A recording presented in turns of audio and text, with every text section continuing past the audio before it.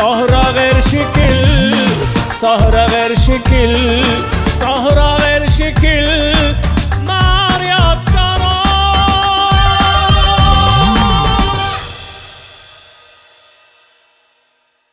عملية تجميل؟ لا. هلا حكينا الحقيقة جد. هلا هي عملية شو؟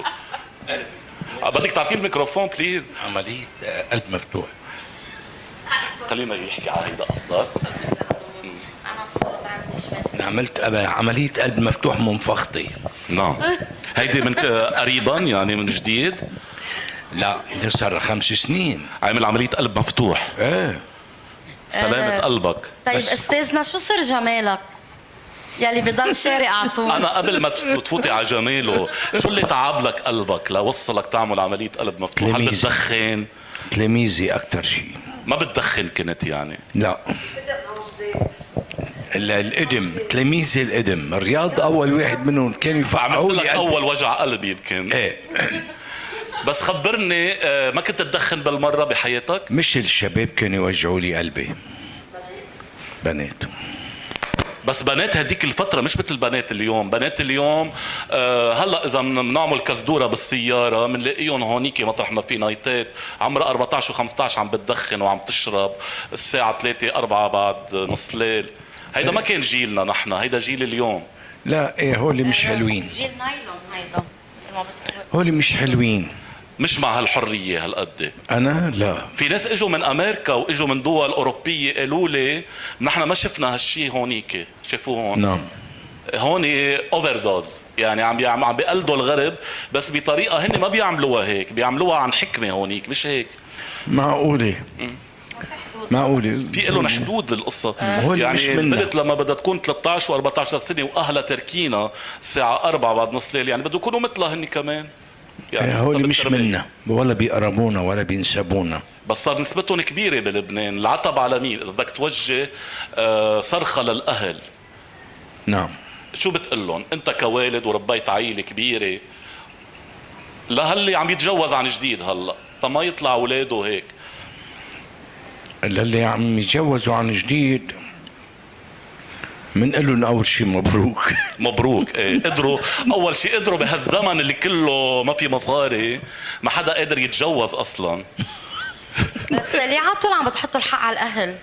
إيه انا بقول يعني في ناس ميسورين. نعم. الميسور ماديا بجرب كل شيء. نعم. بصير يجرب بالفحشاء. دايما المصاري بتجيب الفحش. ايه. قلة المصاري بتجيب السرقة كمان. ايه مثلا. ايه. بقى يعني بدي اقول انه هيدول اخر همهم الشرف. يعني شو الشرف؟ ماشي الشرف غير متعلق عندهم بالسكس. مش موديل يعني، مش فاشن يعني، بالجنس معهم مصاري ويكونوا عايشين هيك بالسترة حياتهم ما عندهم السعادة يعني. اخر همهم هودول اخر همهم شرف. شو الشرف؟ انه هيدي بنت لو عمرها 12 13 بدها تكوكن تحشش بعدين بتضحك على ستها انه ستها كانت متاخره، كانت يعني متمسكه بالتقاليد. هي هيدي اللي عم تعيشه، هي هيدا الفاشن وهيدا اللي لازم يصير. مش هيدول اللي بيعملوا البلد. ايه هودي اللي بدهم كيف بدي اقول لك، هول بدهم يبنوا لبنان. هو اذا هلا نزل علينا قصه اسرائيلي رح يوقفوا بوجه المدفع. هودي اوت. هودي ناس ما لهم علاقه بصلب الحضاره. الحضاره بتبلش بالجبل. دايما ابن الجبل بيبقى اشرف. بالجبل بتبلش الحضاره من هونيك، بلش المقاومة من هونيك. إذا بده يكون في كل ما يكون الإنسان دعس بالتراب ولعب بالتراب وكان قريب من التراب، كل ما هو بحب وطنه أكتر. بس بدي أسألك أستاذ، مش هي فشة خلق بالنسبة لهيدا الجيل؟ هي تجربة. لا فشة خلق إنه لا بيسمعوا كلمة الأهل، بيعملوا اللي براسهم وبذات الوقت بدهم يجربوا كل شيء. منا فشة خلق انه من القله او من الزعل او من مشاكلهم بالبيت. من الكبت قصدك؟ كبت اللي بالبيت، المشاكل يلي هي بتوصل لهيدا الجيل انه يوصل لهون. كبت ليلة سبت بس بيكون Старой песни мотив, что сама напевала. الحرية زايدة وعدم المسؤولية. وهي الحرية انه انا بدي اجرب كل شيء. ايه بس هني ما بيسمعوا كلمة اهلهم اوقات. ما طيب. فينا نحط الحق على الاهل على طول. لا وما دام الاهل مش فارقة معهم. يعني البي والام انه اذا بنته صرفت مثلا بالليلة $500 على الكوكايين شو بيأثر؟ ما هو معه ملايين دولارات. اخر همه. ولو عنده هم بيلحقها على الكباريه بيكمشها بشعره وبيجيبها على البيت او بيروح بدخلها بمستشفى او بمصح صح مشان تتعالج كونها مريضة. الفقراء يلي بيريدوا يقلدوا البنات الأغنياء بيوقعوا بالفخ لأنه هن ما فيهم يعملوا مثل الأغنياء. الغنية بتقدر تشتري كوكايين وإيروين بس البنت الفقيرة ايه بس بدها شو تبس لها اجرها لهديك ايه.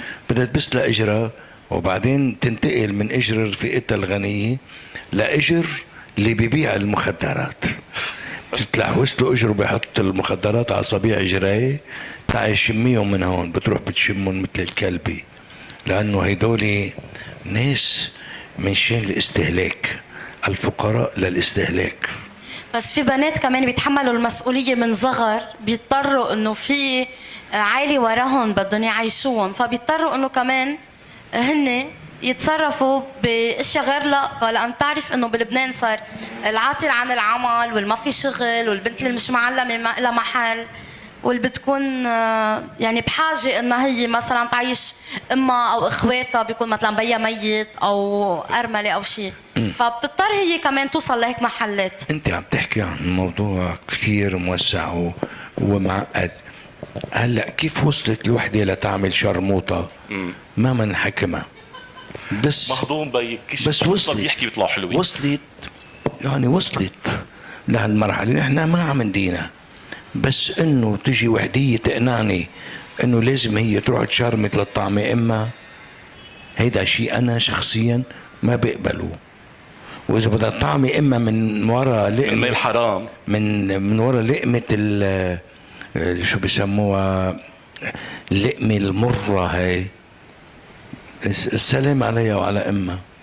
انا كنت بفضل انه تروح تمسح بلاط عند الناس تشطف دراج ولا تروح تعمل هيك لانه هديك اللقمه هويني بس ما بتطلع كتير شطف الدراج. هيدي اللقمه هويني ايه ما بتطلع قد هيدي لقمه هويني بس بتكون عن جد بتاكل خبزه بعرق جبينه مش بتكون عم بتاكل خبزه بعهره بعرق جريا عرق العهر.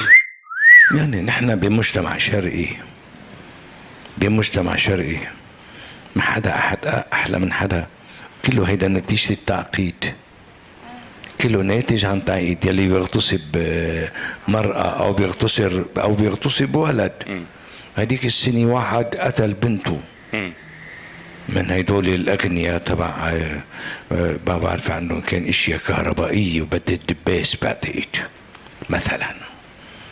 طيب هيدول وين صاروا ما بعرف بس الشواذ كبير والتربية الخاطئة. في تربية خاطئة من نحن صغار انه البنت عيب والبنت ما بيسوى تطلع مثل الصبي وهي غير شيء هو له حق.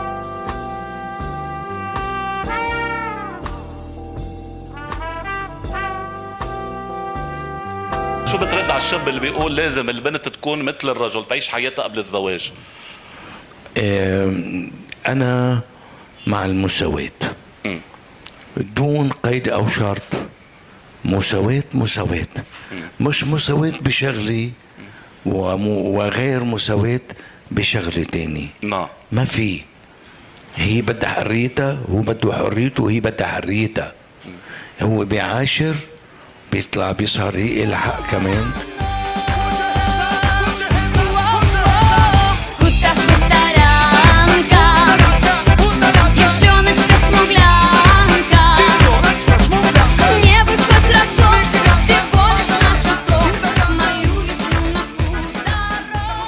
يعني أنا هيدي الشغلة هي ما معلقة بالفيرجينيتي بهالغشاء الموجود على الأورغان سيكسويال دو لا فام. ما هي الشغلة هيك. هي الشغلة أبعد. الشغلة إذا وحدة يعني ممكن تكون بوت بأفكارها، بأفكارها وبنواياها. صح. وهونيك الأصعب انه يكون عم بتطبق هالشيء، يكون عندها ديدوبلومون، يكون عندها ازدواجية، يكون عندها مكر واحتيال.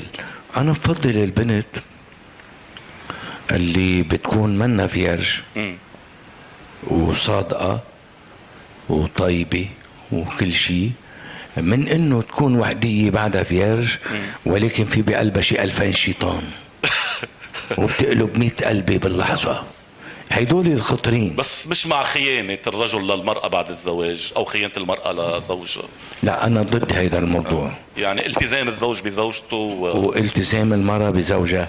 أما إذا صار في شيء من النوع بطلوا يحبوا بعضهم أو نعم. شيء، إذا حبت حدا أو هو حب حدا، إذا صار شيء من النوع أستاذي الكريم، إذا صار في خيانة من قبل المرأة يوصلوا للطلاق بالنتيجة. وإذا صار في خيانة من قبل الرجل للمرأة لازم يسدوا تمهم اثنينهم ويقولوا نحن أكيد منبلش من الصفر، لأنه الإنسان ضعيف.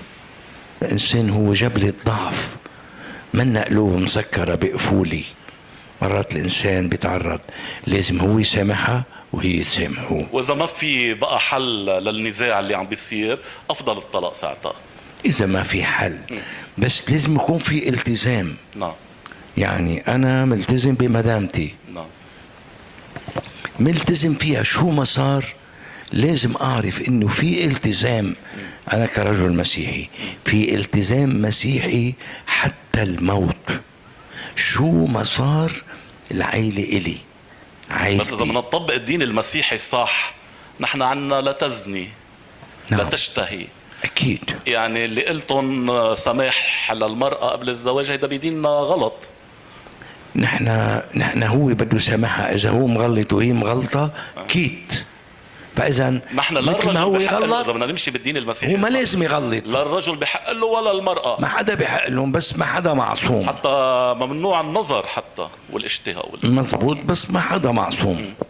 نحن طالما نحن بالجسد نحن أكيد ضعاف، نحن بشر. بس أنا مع الالتزام الصامد بس والصارخ. مجرد المنادات بالمساكنة والمنادات بحرية المرأة بيكونوا عم نتحرر من الدين. لا المساكنة أنا ضدها، يعني ضدها. يعني أي إنسان صار حر وبده يقول البنت بحق لها مثل الشاب، مثل كأنه عم بيقول أنا بطلت مسيحي.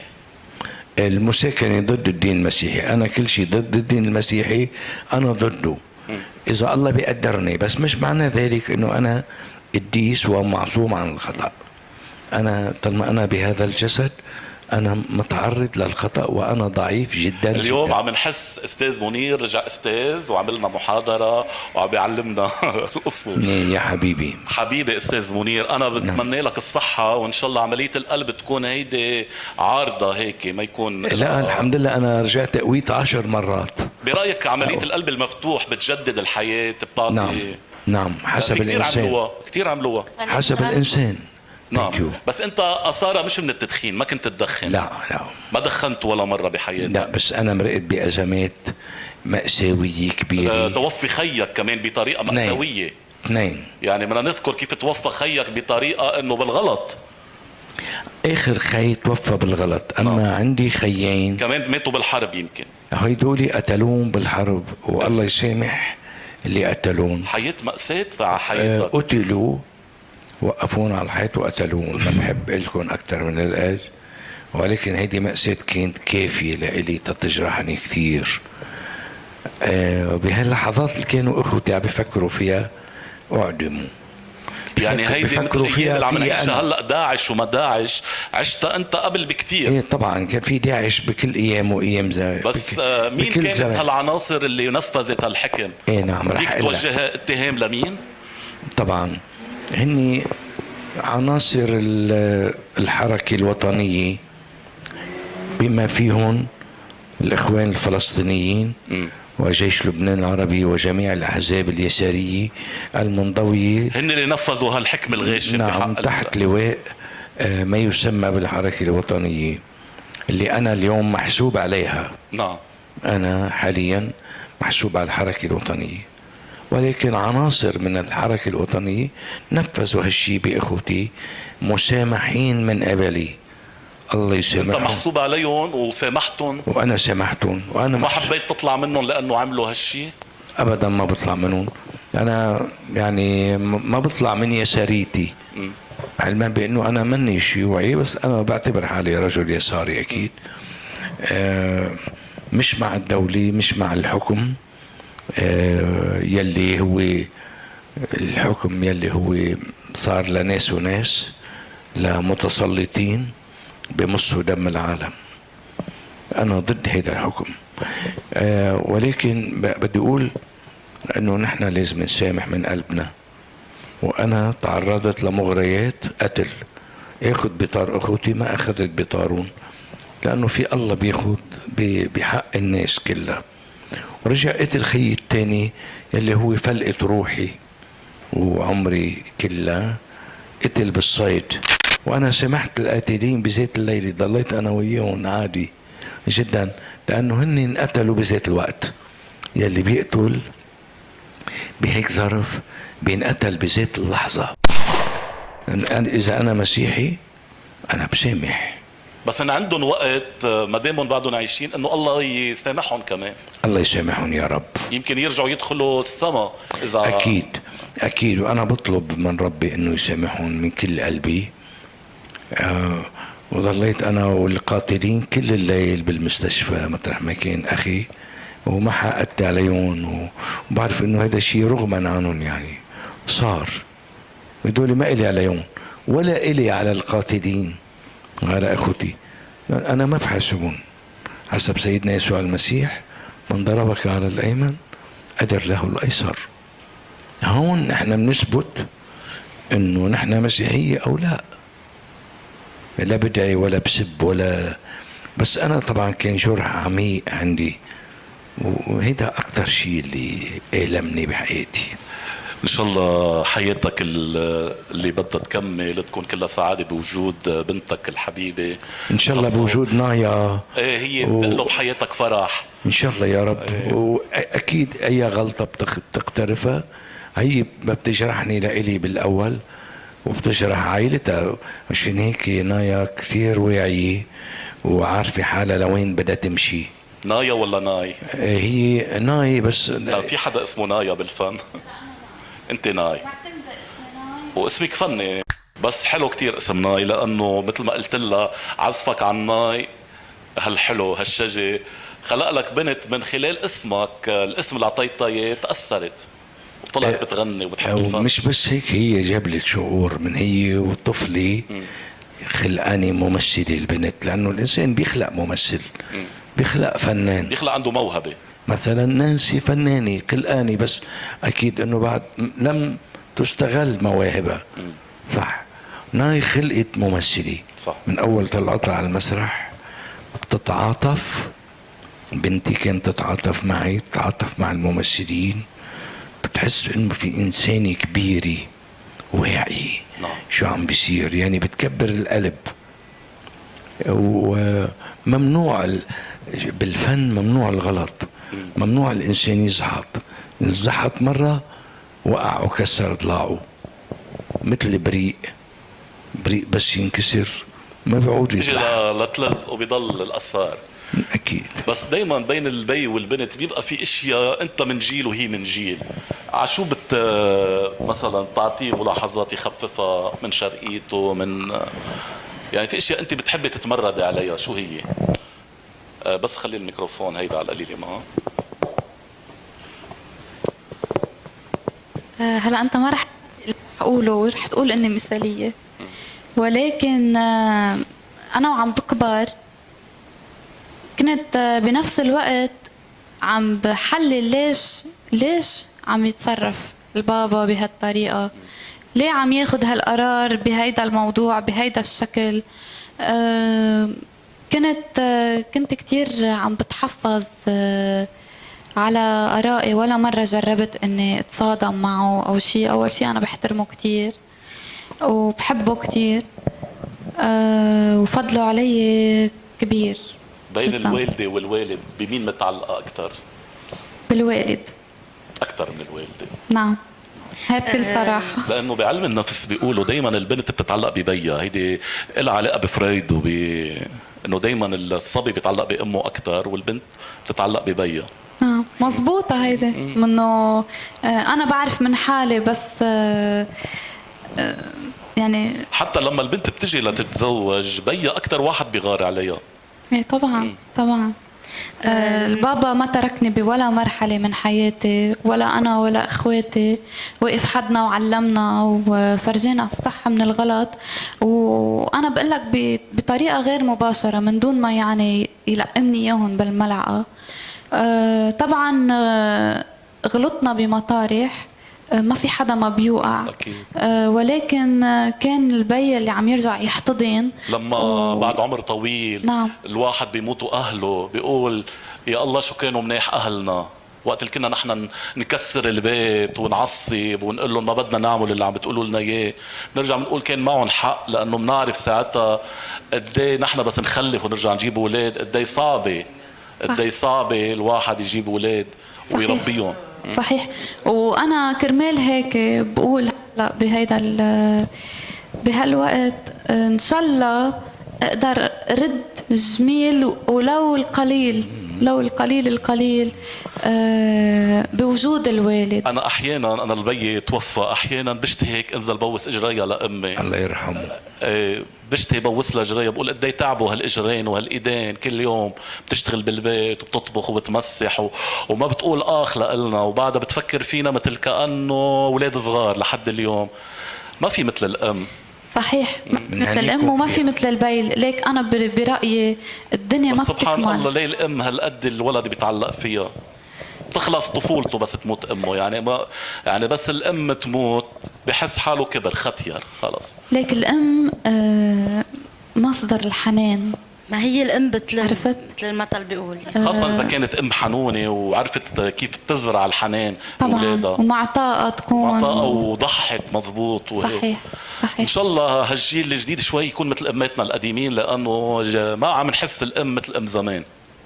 حتى بالتمثيل من استاذ منير ممثل، عليا نمري، لاميا فغالي الله يرحمهم، هودي كانوا امات على التلفزيون. بنلاقي هلا عم بيمثلوا دور الام بس عامله سيليكون لشفافها مثلا. امه ام حاطه رموش عياري، هي مش الام اللي بنعرفها نحن.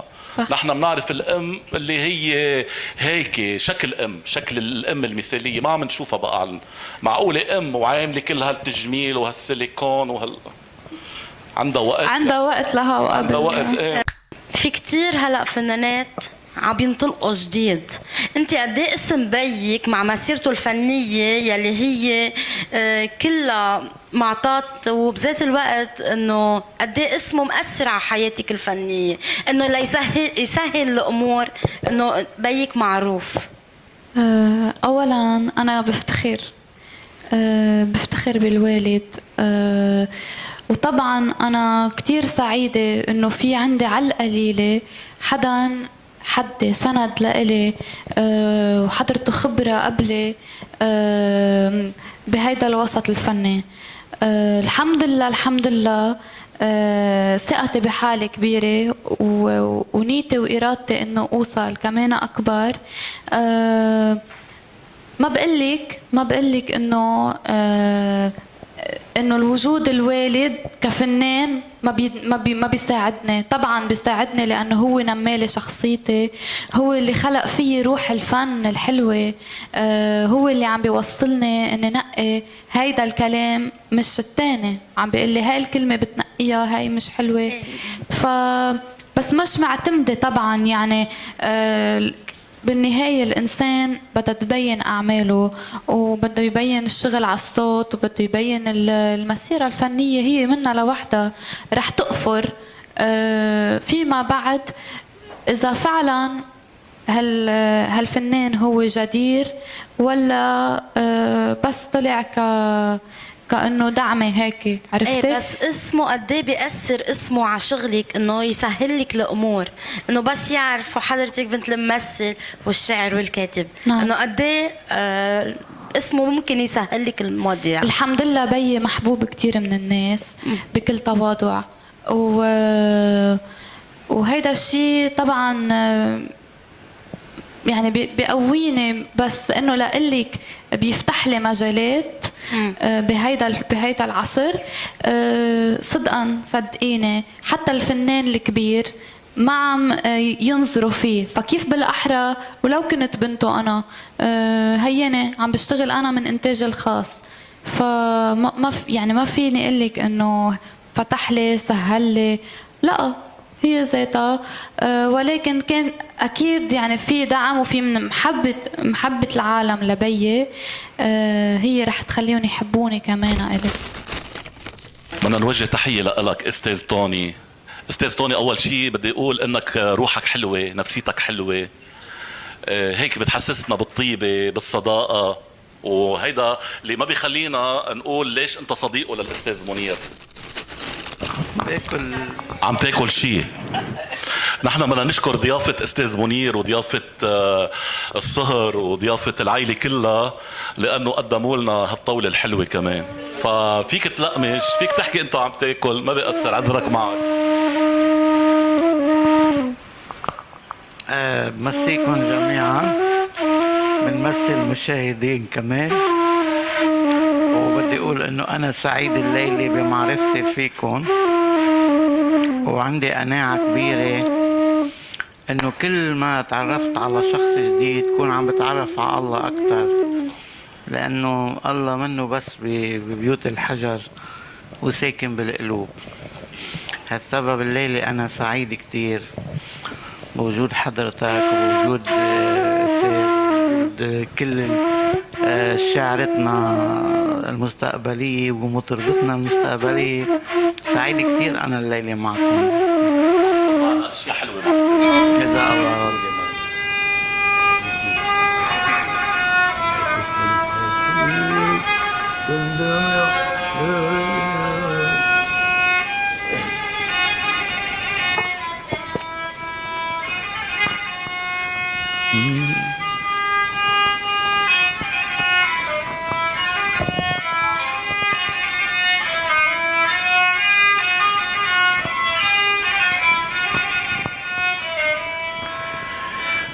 لا تكسر بخاطري وبتندمي عليا، لا تكسري بخاطري ولا تندمي عليا. كتير حلو، حلوة هي المشاركة سوا.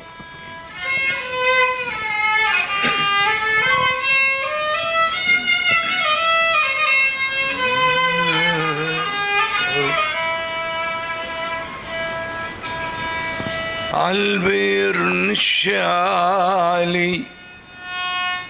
عالبير نشالي،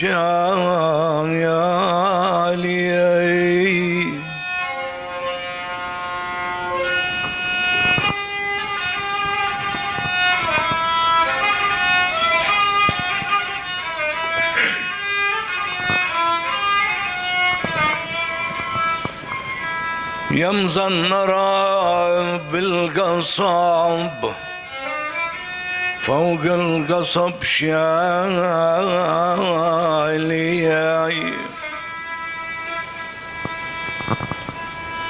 يلا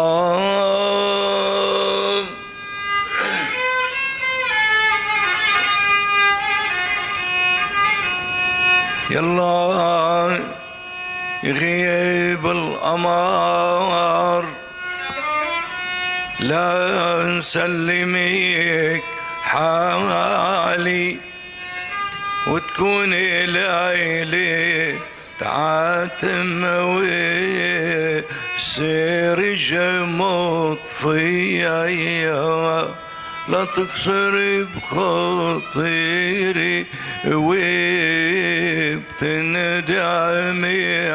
عليا.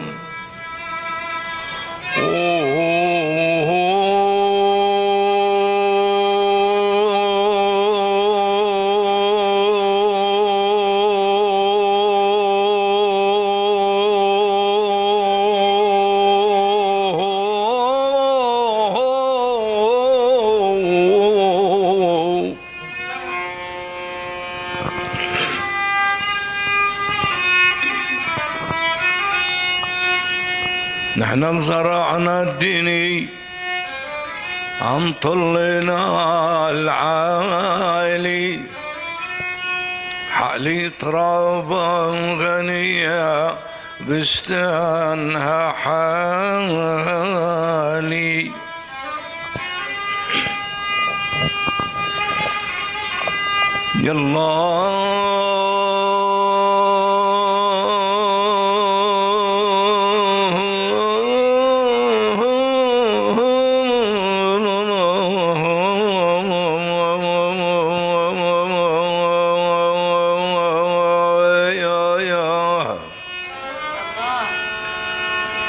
حالي ترابة غني وبستانها حالي.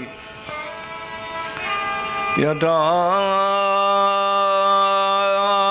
فياها ليا يا معبالي، صفصفها عم ينحنيها عم كسر المايه. صفصافها عم ينحني عم كاسر المايه. سهرة غير شكل، سهرة غير شكل،